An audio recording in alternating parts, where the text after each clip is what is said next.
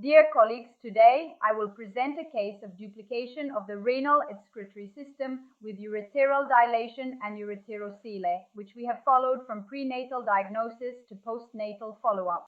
The patient came to our medical center at 33 weeks of gestation due to the significant finding of unilateral pelvic dilation during the third trimester. Both kidneys are indeed present and fully occupy their respective renal fossae. In the right kidney, a duplicated renal system is observed with dilation of the upper hemipelvis and its corresponding group of renal calyces. The renal parenchyma currently shows absolutely no signs of distress, such as a thinning of its overall thickness or an increased echogenicity. In the clips I am showing you, it is possible to observe the characteristic ultrasound signs of a duplicated renal system, namely the presence of two separate renal pelves, one upper and one lower, which is often associated with dilation of one of the two, in this case, the upper one. In the case under examination, the dilation involves not only the upper pelvis and calyces, but is also associated with a megareter, that is, dilation of the ureter, and with ureterocele, which is the dilation of the terminal portion of the ureter. This often produces a distinctive image of two concentric circles, which is nothing other than the ureterocele inside the bladder, as we can observe in the video. The ultrasound signs of ureterocele are precisely the presence of a cystic dilation within the bladder lumen, which may be associated with hydronephrosis and, in 50% of cases, is linked to a duplex renal system, just as in this case.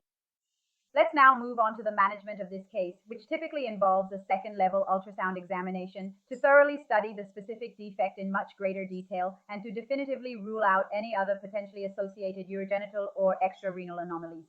Periodic ultrasound follow-up, which is generally performed approximately every 4 weeks, and subsequent postnatal follow-up, which typically includes an early postnatal ultrasound examination and, if it is deemed necessary, avoiding cystorthogram procedure in order to thoroughly assess for the potential presence of vesicorectal reflux or any significant urinary obstructions. The prognosis is generally quite favorable in isolated cases, but approximately 1/3 of all newborns may require significant postnatal surgical interventions for various potential complications, such as recurrent urinary tract infections, the presence of vesicorectal reflux, or obstruction. Postnatal follow-up of the patient is always carefully carried out at our center at 1 month of age. The kidneys are in their anatomical position with normal shape and orientation. Renal volume appears notably asymmetric, with a slightly increased volume on the right side and a normal volume on the left side. On the right kidney, there is a significant reduction in parenchymal thickness and a decreased corticomedullary differentiation observed at the cranial mid-third of the kidney, while the parenchymal thickness of the lower pole of the right kidney remains entirely normal. Furthermore, there is a noticeable dilation of the upper and middle calyceal group and the corresponding hemipelvis.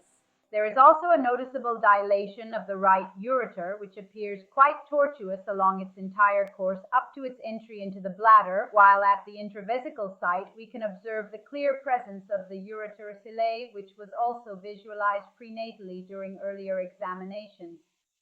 In conclusion, the postnatal ultrasound findings are consistent with the prenatal data. Diagnosis of a significant duplication of the right urinary tract with noticeable dilation of the upper renal pelvis, a pronounced megareter, and a distinct right ureterocele. A comprehensive surgical specialist consultation and ongoing monitoring are therefore recommended. Thank you all for your attention.